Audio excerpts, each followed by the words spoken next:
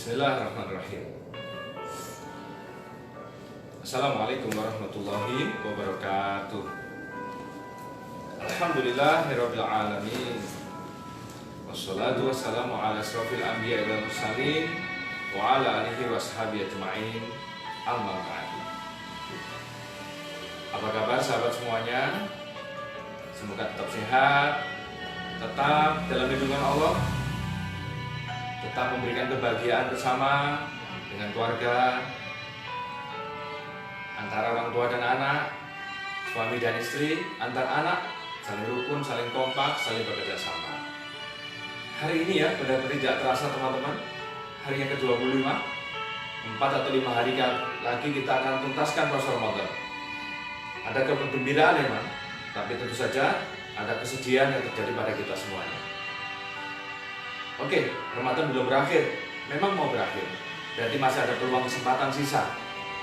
Mempertahankan Quran lagi, memperbanyak kebaikan, semakin produktif dalam ibadah, dan segala macam hal lain yang tentu saja harapannya kualitas kehidupan kita menjadi lebih baik. Apalagi di cerita cinta orang-orang mulia ini, kita berharap kehidupan cinta kita yang jadi dasar kemanusiaan kita semakin baik, kuantitasnya lebih-lebih kualitasnya. Lagi-lagi semoga Allah melindungi kita semuanya. Baik, hari ini kita cerita tentang kisahnya lagi-lagi sudah populer. Ya, kisah cinta seorang anak kepada dua orang termulia dalam hidupnya, begitu menurutnya. Cinta dan rindunya kepada Rasulullah Muhammad SAW dan cinta kasihnya kepada ibunya. Anda pasti mendengarkan satu kalimat yang dijuluki oleh Rasulullah Muhammad SAW sebagai orang yang tidak terkenal di bumi, tapi terkenal di langit. Anda pasti tahu siapakah yang saya sampaikan ini. Dia bernama Uwais Al-Qarni, begitu julukannya.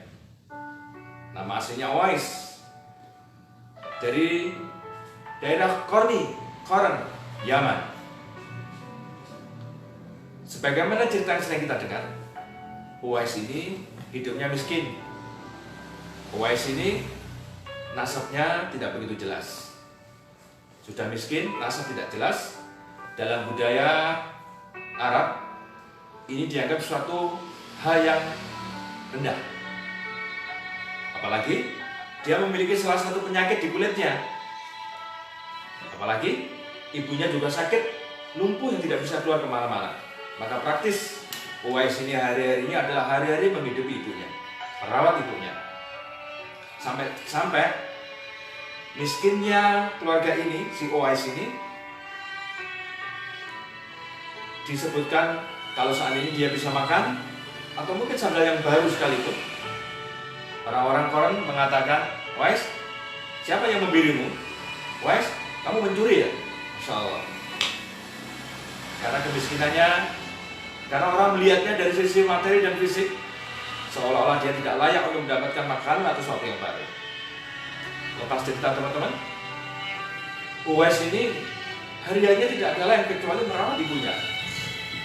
Hari-harinya tidak ada lain kecuali kalau waktu sholat berjamaah, azan berkumandang, dia bersegera pergi ke masjid untuk sholat berjamaah, balik lagi untuk merawat ibunya, menyuapinya, memandikannya, membantunya wudhu untuk sholat, menemani dengan cerita-ceritanya.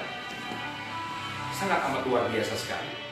Bagaimana sesungguhnya si Uwais yang menghabiskan masa remajanya, masa mudanya untuk merawat ibunya.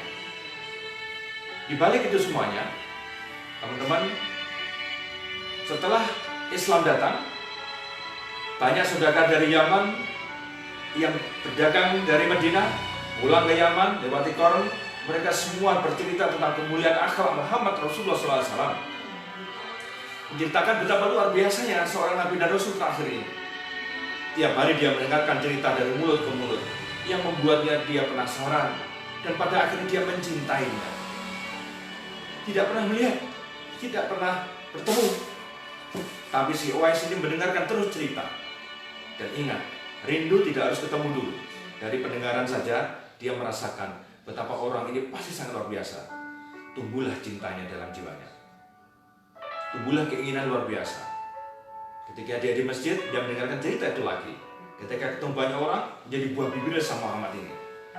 Tiba-tiba rindunya semakin dalam, semakin dalam, semakin dalam kepada sang junjungan Muhammad SAW.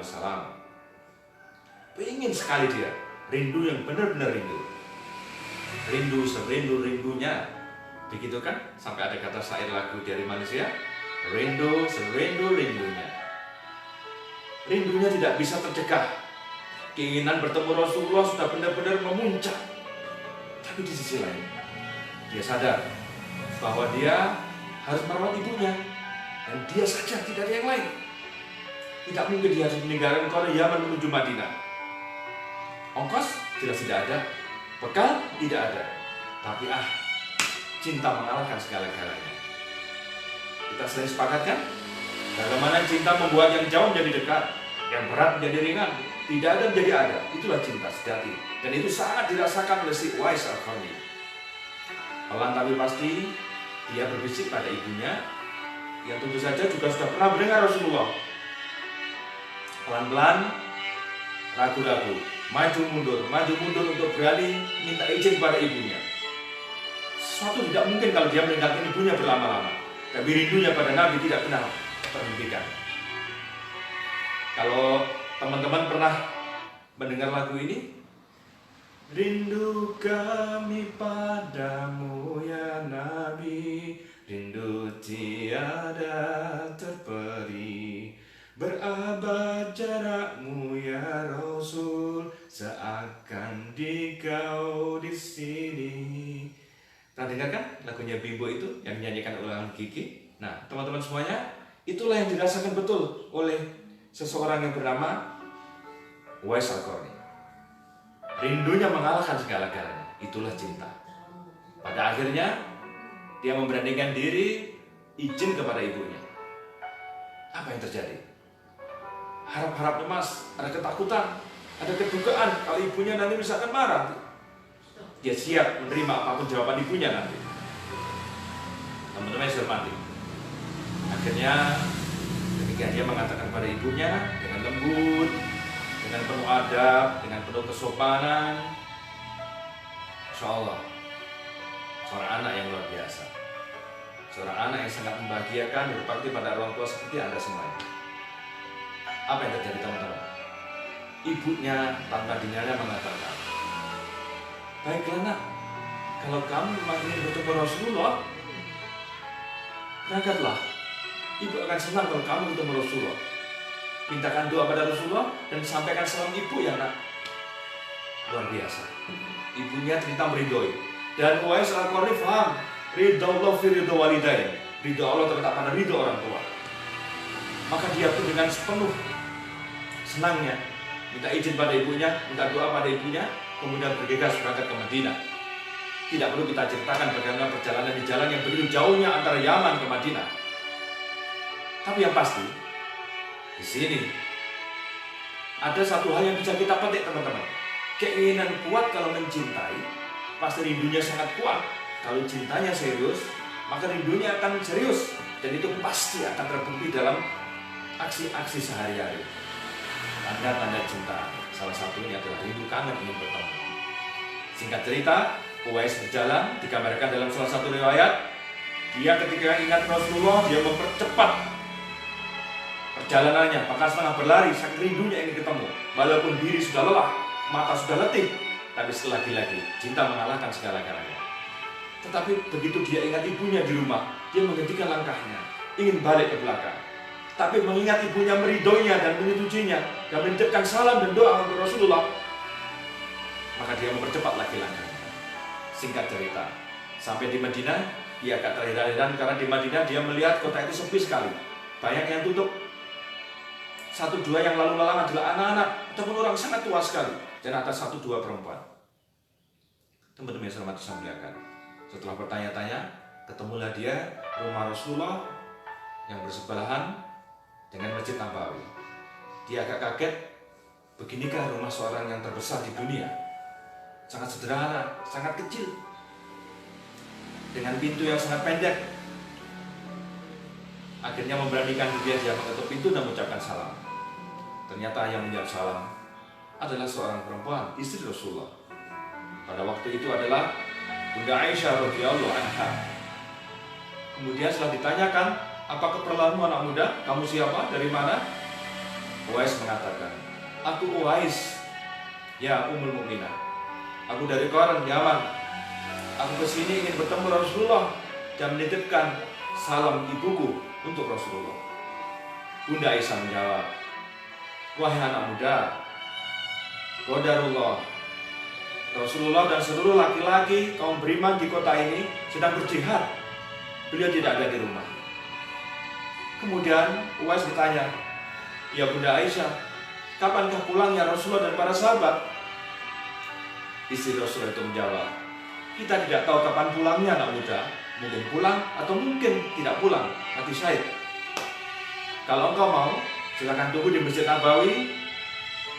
Kalau engkau tidak mau, engkau boleh pulang dan aku sampaikan kepada Rasulullah Muhammad SAW. Ingin sekali Uwais itu menunggu Rasulullah dan para sahabat mulia yang lainnya. Ingin sekali, tapi begitu ingat ibunya. Akhirnya Uwais memutuskan untuk pulang dan menitipkan salam ibunya lewat Bunda Aisyah. Bergeraklah dia pulang untuk menuju ibunya. Singkat cerita, sahabat diketahui semuanya. Pada waktu Rasulullah Muhammad SAW pulang, luar biasa. Setelah memberikan salam, bertanyalah kepada Aisyah, ya Aisyah, apakah selama kepergianku ada anak muda dari Yaman yang datang ke sini mencari aku dan menitipkan salam ibunya untuk aku? Aisyah agak terkaget mengatakan, ya Rasulullah, bagaimana engkau mengetahuinya? Dan itu memang terjadi. Dalam salah satu riwayat diceritakan, pada waktu aku peperangan, Jibril turun dan mengatakan kepadaku, telah datang kepada kalian, padamu, seorang anak muda yang tidak terkenal di bumi, tapi dia sangat amat terkenal di langit. Allah, teman-teman semuanya. Akhirnya ketika Rasulullah menyampaikan ini, Nabi mengatakan kepada beberapa sahabat yang waktu itu yang ada adalah Umar bin Khattab, Ali bin Abi Thalib.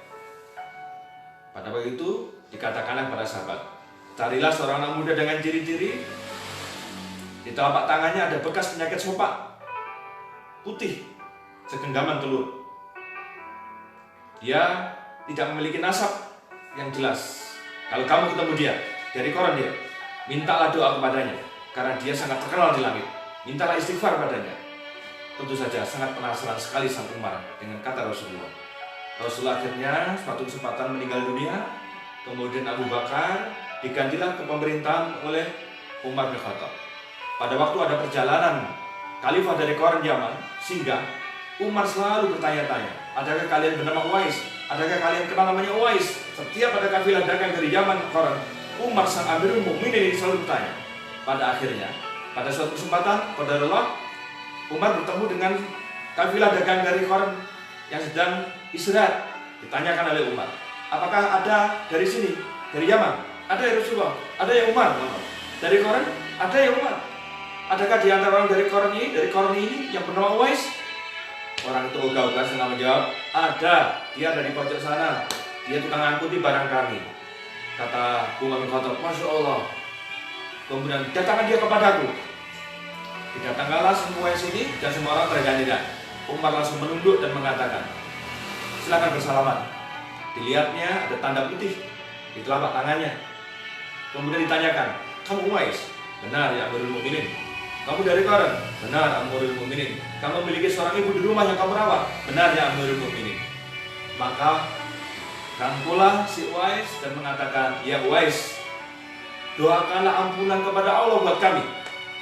Uwais tersenyum dan mengatakan, wahai Amirul Mukminin, bukankah engkau sang Umar Al-Faruq?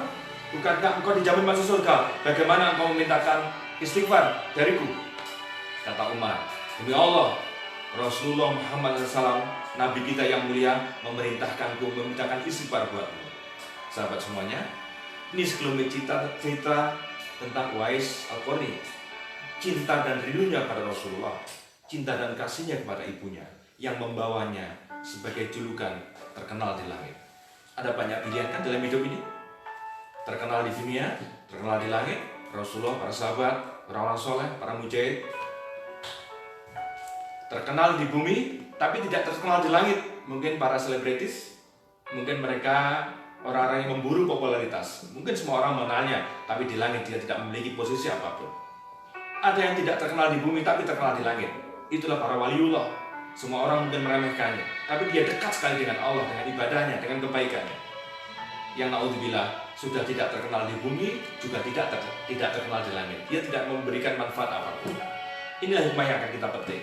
Kisah cinta hari ini adalah kisah cinta yang penuh rindu kita kepada Rasulullah, Allahumma sholli ala Muhammad. Dan tentu saja bagaimana kita menghidupi hari-hari menjadi orang-orang yang senantiasa membahagiakan kedua orang tua kita, khususnya ibu kita. Selamat beribadah, dan jangan lupa hari ini saya bekerja sama dengan Mas James, kreatif sablon kaos yang saya pakai di sini. Bebas pandemi, bebas pandemi, kelihatan ya?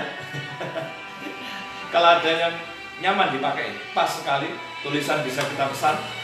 Kalau ada yang ingin mendapatkannya, tulisan-tulisan juga yang mungkin unik, aneh, bisa ngewati saya ya. Ini saya tulis di caption saya, di status saya di video live ini. Lagi-lagi saya Darwis. Oh iya, jangan lupa ini selalu menyertai kita semuanya. Menyertai kita semuanya, Madu Darwis dong.